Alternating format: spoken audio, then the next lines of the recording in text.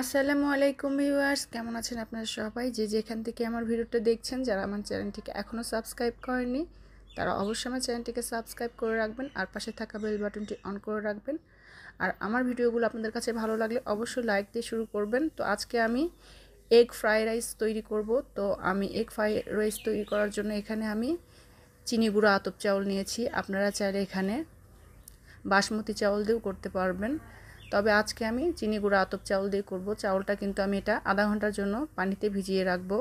তো আধা ঘন্টা পর আমি কয়েকবার পানি দিয়ে পানি চেঞ্জ করে ধুয়ে নিয়েছি। আর আমি একটা পাত্রে আমি পানি বসিয়ে দিয়েছি, আগে গরম করে নিয়েছি। আর একটু সামান্য সাদা তেল দিয়ে আমি এখানে যে চাউলটা ভিজিয়ে রেখেছিলাম সেটা আমি দিয়ে দিচ্ছি। আর এটা কিন্তু 90% সিদ্ধ করে নিতে হবে।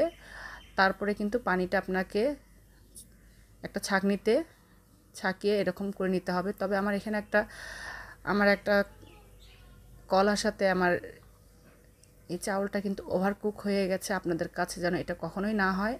আপনার এই রান্নাটার ক্ষেত্রে কিন্তু আপনাকে চাউলটা কিন্তু অবশ্যই 90% সিদ্ধ হতে হবে।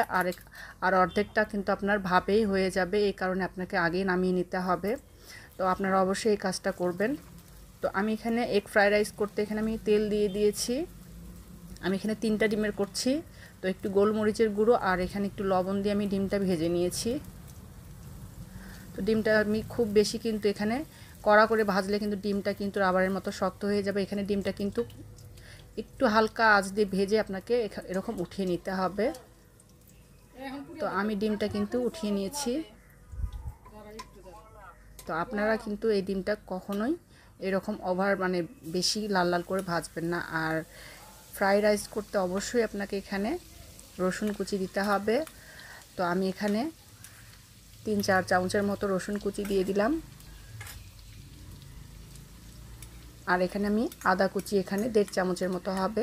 তো আমি দিয়ে দিলাম পুরোটাই। তো এটা কিন্তু খুব লাল লাল করে ভাজা যাবে না, এটা হালকা একটু ভেজে নিয়ে আমি এখানে যে সবজিগুলো, গাজর কুচি আমি এখানে দিয়ে দিচ্ছি। আর এখানে মটরশুঁটি আমি দিয়ে দিচ্ছি। আপনারা আপনাদের পছন্দ মতো এখানে সবজি দিতে পারেন।